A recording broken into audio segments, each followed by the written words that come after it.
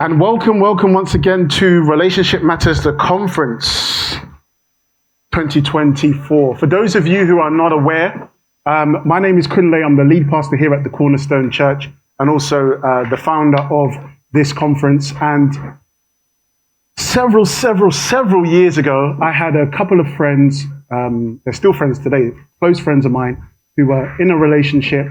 They'd been together for about 7 years and they were going to go their separate ways. And we sat down in a coffee shop and I kind of just found myself playing the mediator role.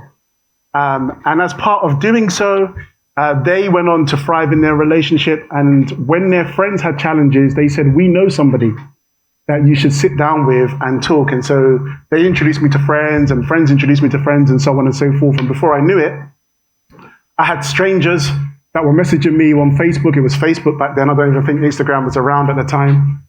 Just asking me for advice. And so I started doing conferences. I started doing workshops. And then eventually, just before 2009, I was challenged by God to put a book together, because how many of you know a book can travel further than I can? And in that book, I would basically address some of the most common questions and topics that people would discuss with me. And it was from the book that I started doing conferences and events right up until 2024. The book is entitled Relationship Matters. As I said, it was launched in 2009. And some of the topics it covers, just so you're aware, is things like relationship myths. So people would ask me, is there such thing as the one person out there for them? I cover things such as dating, courting, singleness, and more. I talk about maturity in relationships. Tell the person next to you, you need to be mature if you're going to be in a relationship. I talk about, some of you were scared to do that. I talk about the types of relationships that do not work, because you can look at certain relationships that fall into particular categories and you can see that if it falls into that category, the chances are it's not going to work. For example, one of them is what I call the potential relationship. It's when somebody gets with someone based off their potential alone. Or the pedestal relationship, when somebody goes into a relationship and they don't see themselves as an equal partner, they put their partner on a pedestal. There are certain things that you can see in a relationship that you know that if this is not addressed, it's going to go down the path of failure. So I talk about that in the book. I talk about what to look for in a partner, relationship role models from the Bible, how to prepare for a relationship, how far is too far when it comes to physical intimacy. Someone say, Then I talk about understanding male and female communication differences, because how many of you know that men are from earth and women are from somewhere? God bless you, women. I talk about soul ties and a lot more as well in there as well. Following that, in 2013, I wrote my second book. The book is called The Process of Finding Mr. or Mrs. Right in Christ. It's not the how-to, it's the process. And what I did as the basis of this book is that I interviewed hundreds of couples from across the world. People living in Russia, people living in Africa, people here in the UK, right across the world. Hundreds of couples who had been married of different lengths. People who had been married 3 months, people who had been married 3 years, people who had been married 33 years. And I asked them the question, what was the one thing for you on both a practical and spiritual level that confirmed to you that your spouse was the right one for you?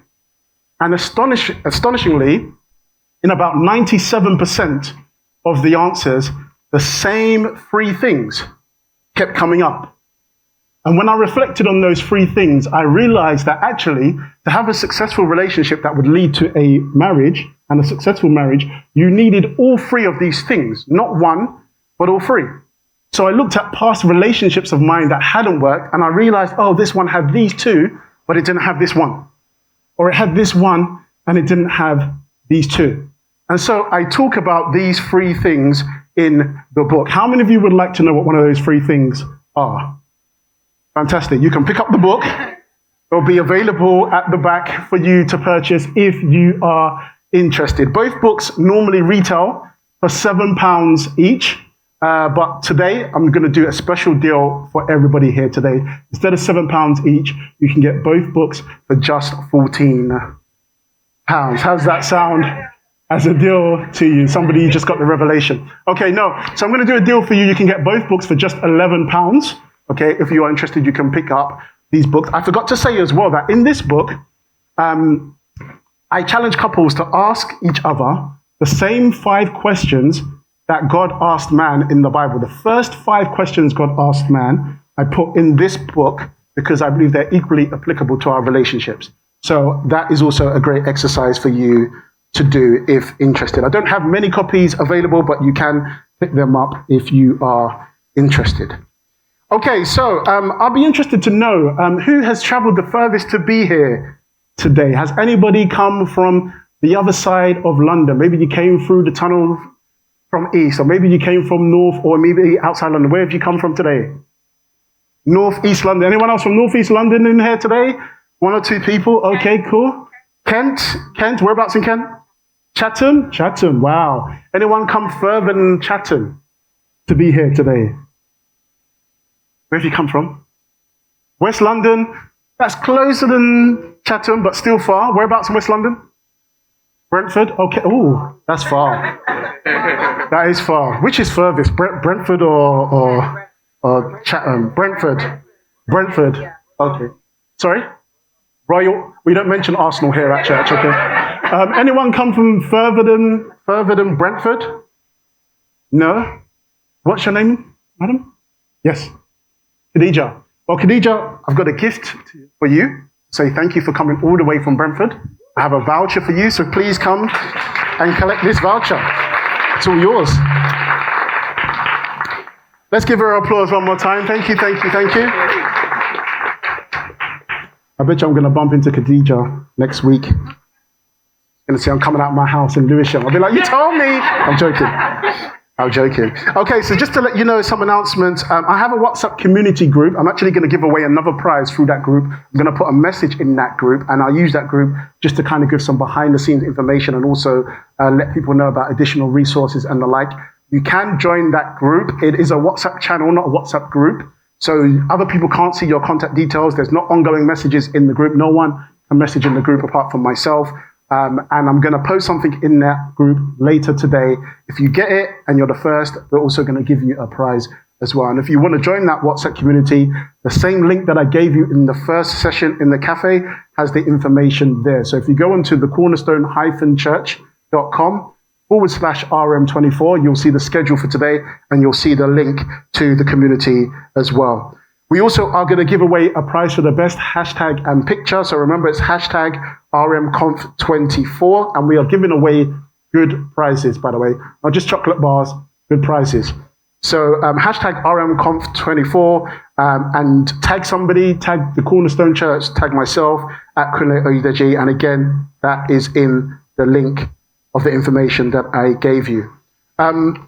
If you're just joining us and you missed out on the first session, we had a good time discussing some questions, and it was a great time of interaction and just hearing basically people's different views and thoughts and opinions when it comes to the area of Christian dating and relationships.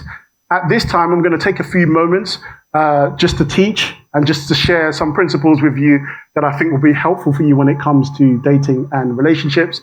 Then we're going to take a break, and then there'll be an opportunity for Q&A, and then we're going to take another short break, and then we're going to have a little bit more fun before we close, and I'll tell you a little bit more about that as we progress today. But at this time, I want to take a few moments to speak to you from something I've titled 3 Key Dating and Relationship Principles. 3 Key Dating and Relationship Principles. Okay, so if you're taking notes, this is a good time to get your notebook out or your phone to take notes. No Android, please. 3 key dating and relationship principles. Let me just bring this table. Oops. Thank you very much. Okay, so I have some drinks here. Sparkling ice kiwi strawberry flavored water drink. I have Coca-Cola. I have Rio Light. I know some people like Rio. And I have Tango here as well. Now, just out of coincidence, is there anyone here that drinks any of these drinks? You drink any of these? You drink these drinks. Could I ask you to come, please? Give her a round of applause as she comes. Just tell us your name, please.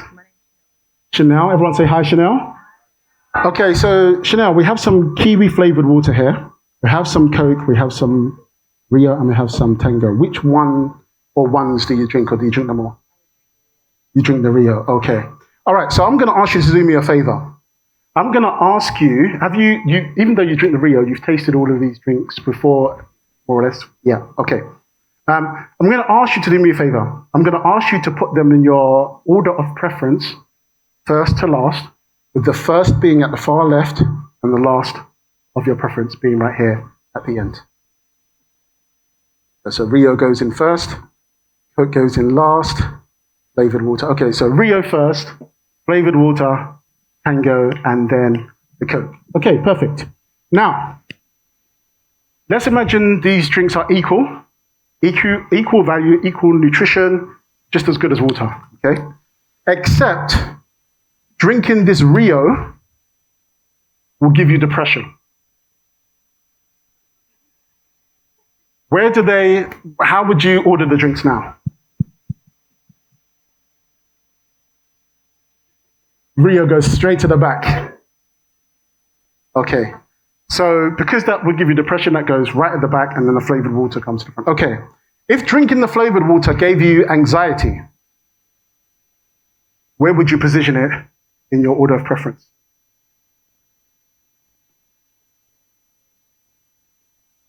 Okay, everyone has anxiety. Perfect. Okay, so you put it in second before the Coke, and then, okay, cool. If drinking the Tango would cause you bitterness in your life, what would the order?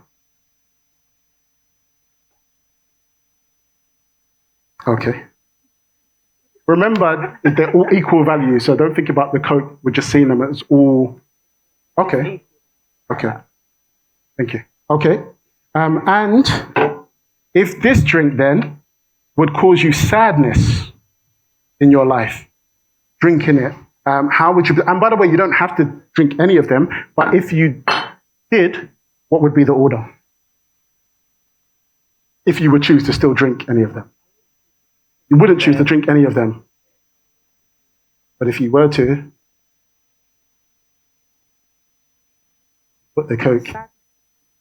Sadness is temporary. Okay. No, thank you very much. Give her a round of applause. It's interesting because Chanel said she wouldn't drink any of them if she didn't have to. And when the drinks were all equal in value, she had a particular order, she had a particular preference. And then as I started to give her more information about those drinks, she started to shift her order around. And what you may or may not have noticed or seen is that what Chanel did is actually a replica of what some of us do when it comes to dating. And I'll explain to you what we do. If these drinks represent people, we know people come in different shapes, sizes, cultures, and backgrounds. We have our preferences of what we would like in a person. And so we see the person that we like. They're tall, they're handsome. I was going to say they look flavorful, but I don't know if I can say that. And when we get to know them, we find out that actually they're flawed. And maybe they have challenges with anxiety. But what tends to happen is because we don't know these people over here, and we haven't met these people over here, we look at the flaws of this person and assume that there must be better out there. So I'm going to hold out and I'm not going to date this person.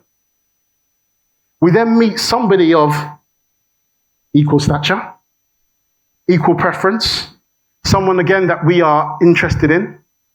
And at first, they look fine.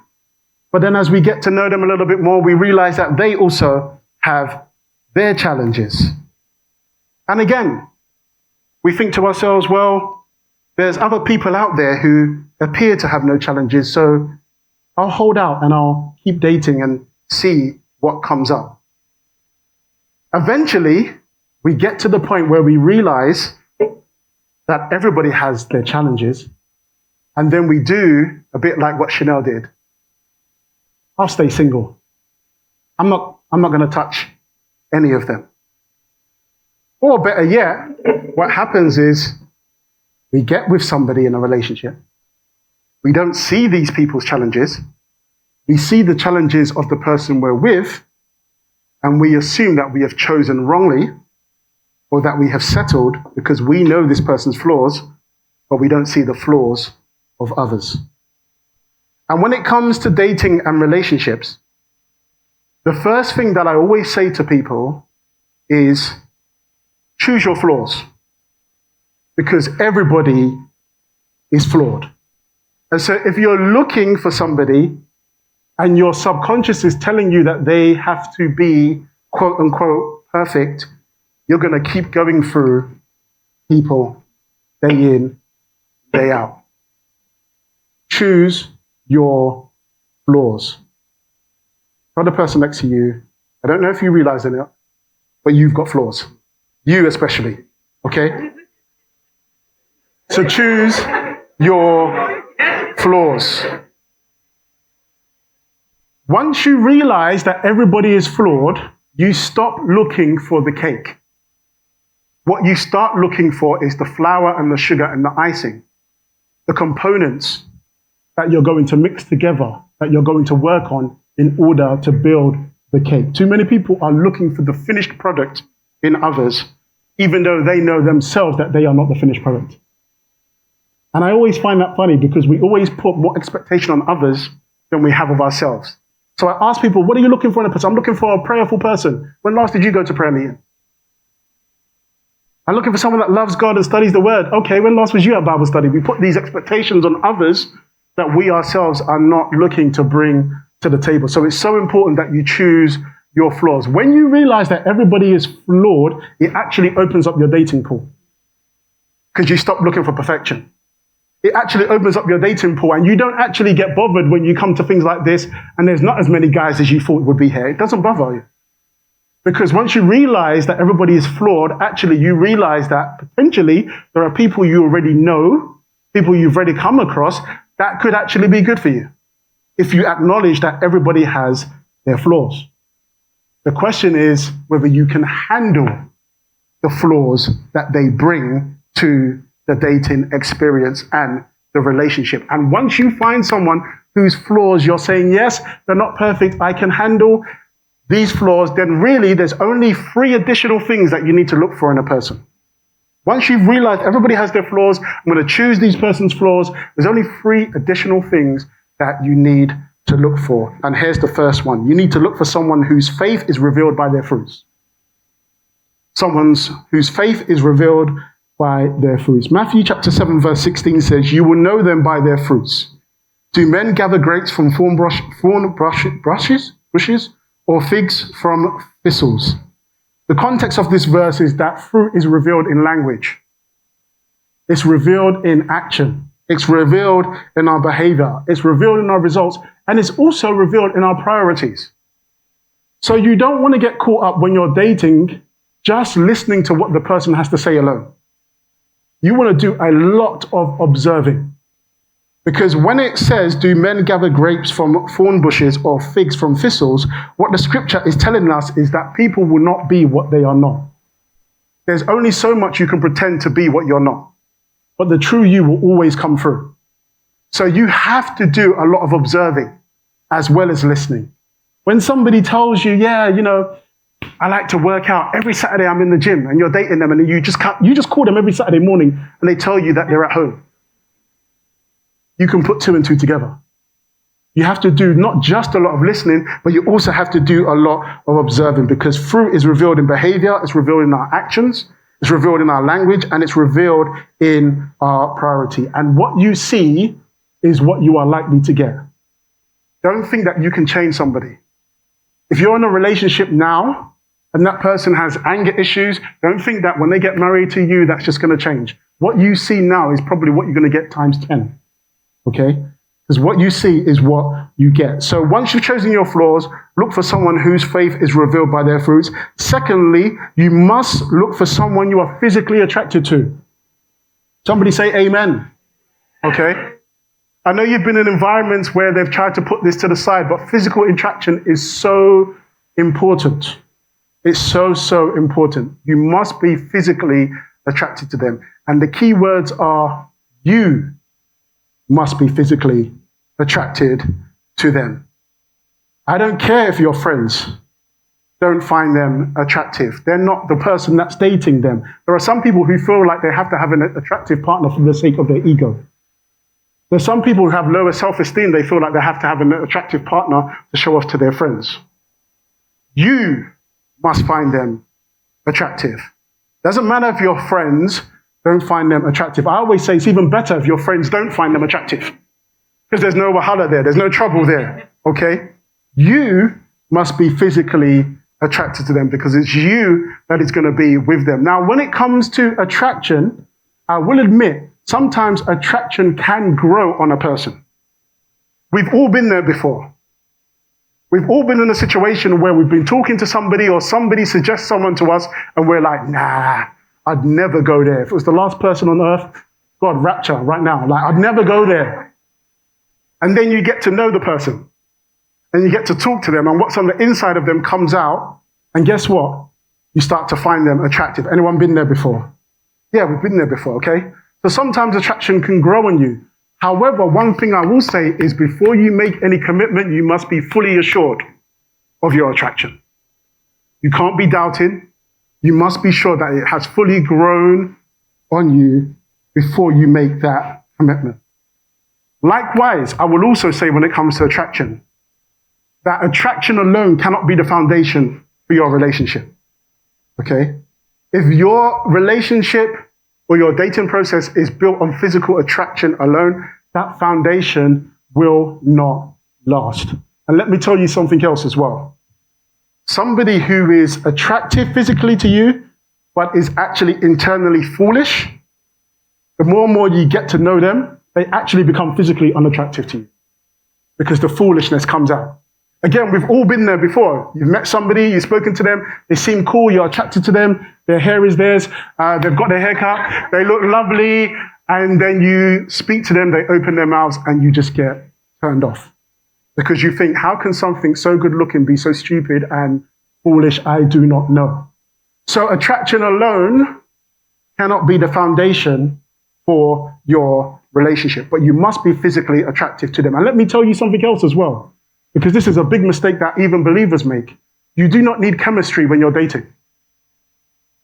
Too many people look for chemistry. We didn't have any chemistry. You don't need chemistry, you need connection. Chemistry is about passion, excitement. I felt butterflies, I felt this way. That's great. If it happens, great. If it doesn't happen, you don't need to rule a person out because of that.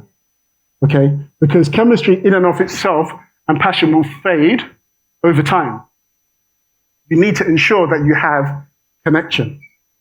And when you are on this dating process, if you're a single person, if you meet somebody and you're not attracted to them, or they're not attracted to you, that's fine. Keep it moving. Because I have a saying, no one is everyone's type, but everyone is someone's type. Okay? No one is everyone's type, but everyone is someone's type. And it's just a matter of you finding someone whose type you are, and they are also your type as well. So ensure that they are attractive to you. Okay? Then the third thing you need to do is find someone with the same values.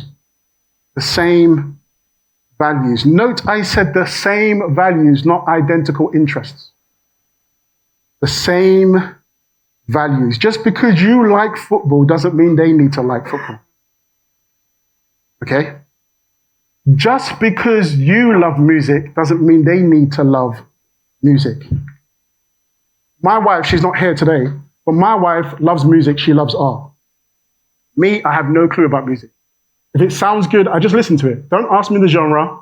Don't ask me the artist. I have no clue about music. You can come to me and be like, Stormzy, I'll be like, who's she? I have no clue. Okay, I'm not that bad, but I have no clue, okay? And when we have gone to the States, I have a brother that lives in the States. My brother in the States is also interested in music, and I'm not. So I let them have a field day. And I sit there like a Britishman, drinking my tea in the corner, enjoying my peace and quiet. And guess what? I'm not intimidated by that. Let me tell you why. The problem a lot of people have is that they're looking for a partner to be everything to them. A best friend, a confidence, there's no one single person on this earth that can be everything to you.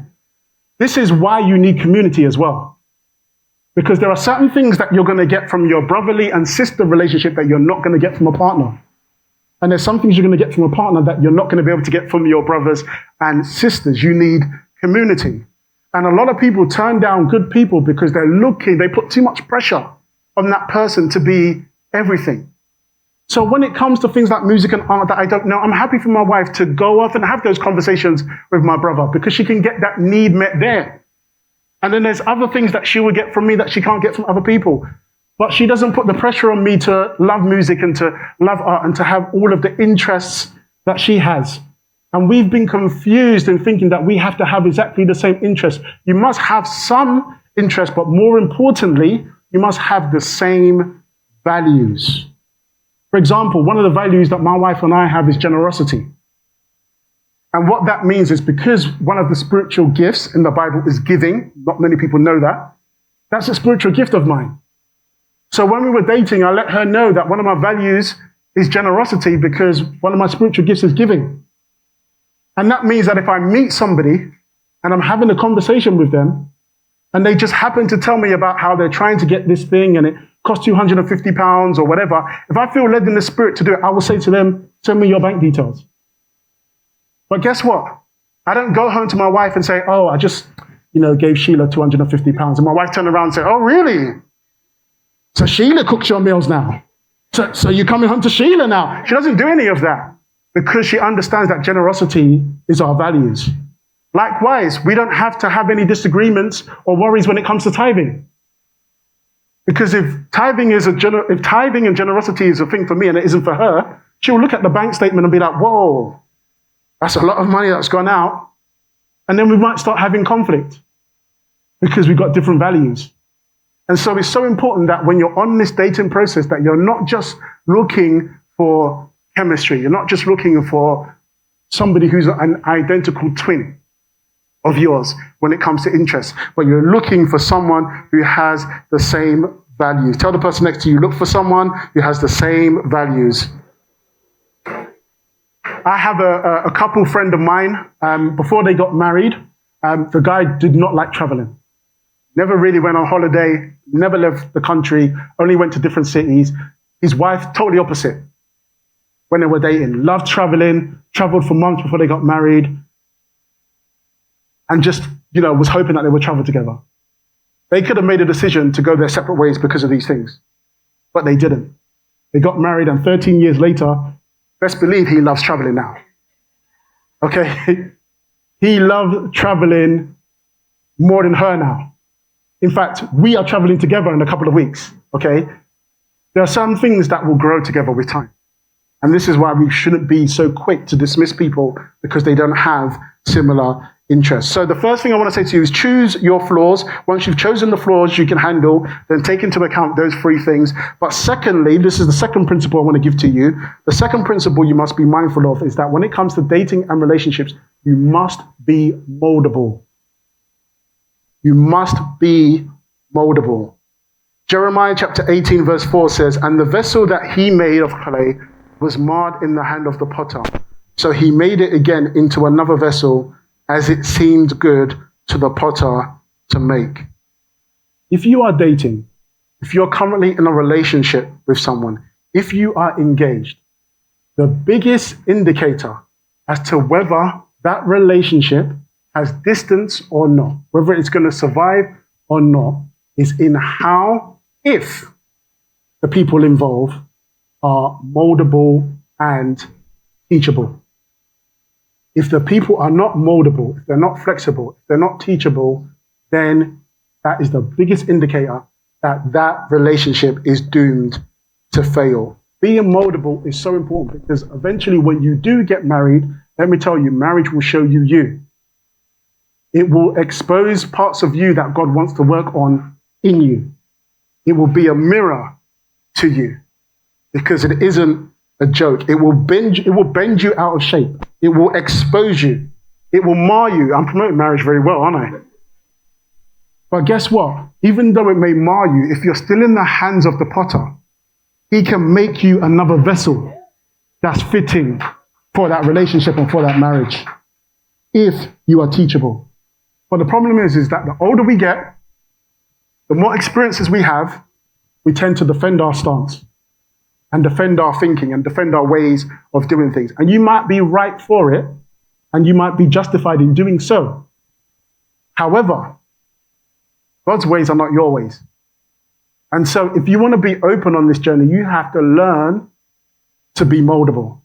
You need to be able to realize that, yes, your way might be a right way, but it doesn't mean that others don't also have another right way.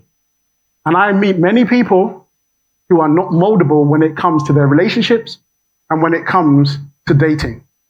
I remember speaking to a lady, and she was telling me how she's looking for someone, and she wants to kind of find someone and settle down eventually. And I said, oh, I know a couple of friends that are looking. Would you be interested in me introducing you to them? Oh, no, I don't want to do that. I don't want to do that. She wants the end result, but she has a fixed way on how she's going to get it. And you know what's interesting? We only do that when it comes to relationships. We don't do that in any other area of our lives. If someone is looking for a job, and you say, I know someone that can, hook you up and I'll introduce. No, I want to do the interview process. No one does that. No one does that. It's only when it comes to relationships that we're set, it must be this way. What if God has a different way? I met another young lady who I actually know years ago, believe it or not. She was telling me she was struggling when it came to finding someone to date. And as we progressed in the conversation, she started to tell me that she doesn't date on certain days because she has to watch EastEnders on those days. And then she can't date on a Saturday between this time and this time because that's her gym time. And then she has to do this. And, if he can't date outside of this, then we can't. And she was wondering, why? Now, we laugh, but we have our own set ways. My family have always done it this way. Yeah, but the thing about marriage is that you leave and cleave. You do things differently. This is how it's always been done. When I've grown up, that's great. But how moldable are you? How teachable are you? How willing are you to embrace change? And when it comes to dating and relationships, I always say that we shouldn't be so strong and independent that we can't be molded. I just do me. I just go where I want to go. I'm just living my life. I'm just going to travel. I'm just going to do what I want to do. And you can't be moldable. We shouldn't be like that. Neither should we be so flimsy that we just accept anything that's presented our way. Rather, we have to be moldable, enough to bend, to flex, without being broken. Because this is what marriage is all about. Bending, God teaching you, opening your eyes, sacrifice, compromise, every day, day in, day out. But guess what? Even though the clay became marred, it was still in his hand. God was still shaping it into another vessel. Tell the person next to you, be moldable. And then I want to say to you, and here's the third thing I want to say to you. When it comes to relationships, never stop learning and growing. Never stop coming to things like this. Don't think, oh, I came to this, there's no girls there, there's no guys there. That's not actually your primary reason for coming. Your primary reason coming is to stay sharp, to continue your learning and your development and your growth. So never stop learning and growing. When you get with somebody, you might be with them for a year, 2 years, 3 years, but best believe they had a good 20, 25, 30 years of life before they met you. And I'm sure you don't know everything about that person in the 2 or 3 years you've been together. So there's always room to learn more and to ask more as well. But what kills relationships and marriages is complacency. It's not asking enough questions and not having the difficult conversations that need to be had. It's having every single conversation except for the difficult conversations. And you need to ask the right questions. You need to have the right conversations. Ask questions of yourself. Ask questions of your partner. Ask questions of the relationship as a whole. But never stop asking questions. I don't know if you know or not, but we serve a God who asks questions. He asked Job 77 questions. In fact, Jesus is famous for answering questions with questions. Because questions are a great way for us to reflect, to learn, and to grow. And we should never stop asking questions. People ask me sometimes, Kunlé, when it comes to questions, are there particular questions I should ask? And I give them a few categories in terms of questions that they can ask. I used to call them the 5 Fs. It's now 7 Fs, okay? And these are 7 areas where I think and encourage people to ask questions about and on. The first one is ask questions around faith. Ask questions around family. Ask questions around friendships. Ask questions around finances, though I do not believe, I'm not an advocate of asking about finances when you're dating. I believe you should ask about finances when you're engaged and you're about to get married. Ask questions around framework. That's to do with one's thinking. So that's why we did scenarios earlier to see how people think and react to particular things. Ask questions around one's future, and ask questions around fun, what that person likes to do for fun. Faith, family, friendships, finances, framework, future, and fun. Anything left in its natural state will decay. It's the same with relationships. It's called the law of entropy. If I leave a banana here and don't touch it, it's going to decay. It's the same with relationships. Anything that you just leave and you're not intentional about, like we heard in the interactive session, will decay. So you have to be on top of asking the right questions. And on the topic of questions, in our next session, we're going to have an opportunity for Q&A. And so on the link